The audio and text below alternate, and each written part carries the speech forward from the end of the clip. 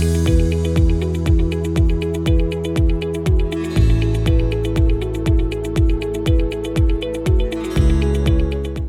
అండి, నేను మీ doctor M S Reddy, Kiran hospitals, Karman Ghat, L B Nagar.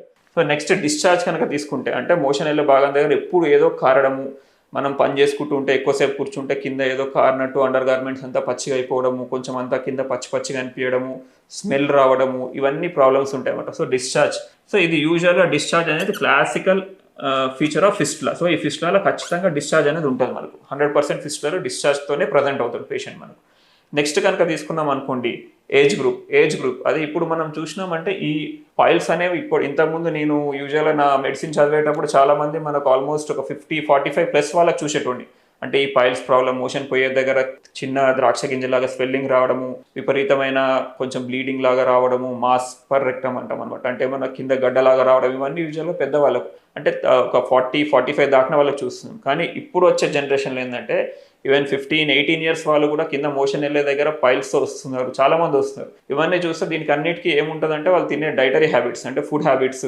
ఇప్పుడు మనకు తెలిసినట్టు మనం డెఫినెట్గా వెళ్తాము, వర్క్ అయిపోగానే ఆన్లైన్లో బుక్ చేసుకుంటాము, ఫుడ్ తింటాము, ఎక్కువ ఫిజికల్ యాక్టివిటీ ఉండదు. ఆల్మోస్ట్ వారంలో ఒక 2-3 డేస్ బయట ఫుడ్ తింటాము. అది తీసేది కూడా చాలా వరకు జంక్ ఫుడ్ ఉంటుంది. అది వాళ్ళు చేసే ప్రాసెస్ ఎట్లా ఉంటుందో తెలియదు, ఫైబర్ కంటెంట్ చాలా తక్కువ ఉంటుంది. సో దీనివల్ల ఏమవుతుందంటే మొత్తం మన బాడీ మెటబాలిజం అనేది చేంజ్ అవుతుంది.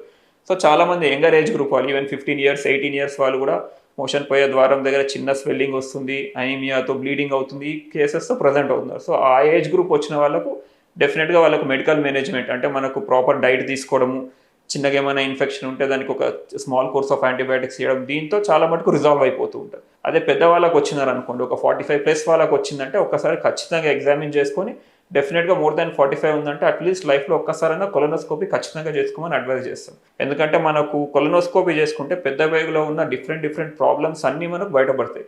యూజువల్గా వెస్టర్న్ కంట్రీస్లో అయితే ఒక్కసారి 45 ఇయర్స్ ఆఫ్ ఏజ్ దాటిన తర్వాత ఒక్కసారైనా కొలనోస్కోపీ ఖచ్చితంగా చేసుకోమని చెప్తారు.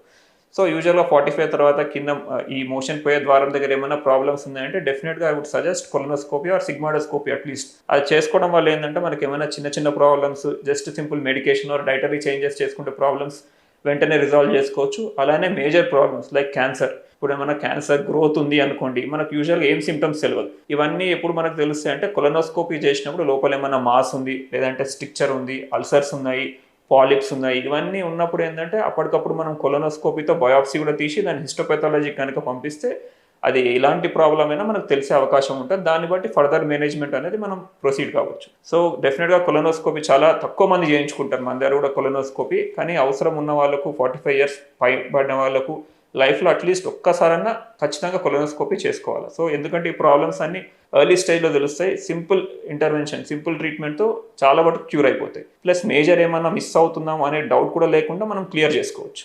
సో ఇది కొలనోస్కోపీ గురించి. సో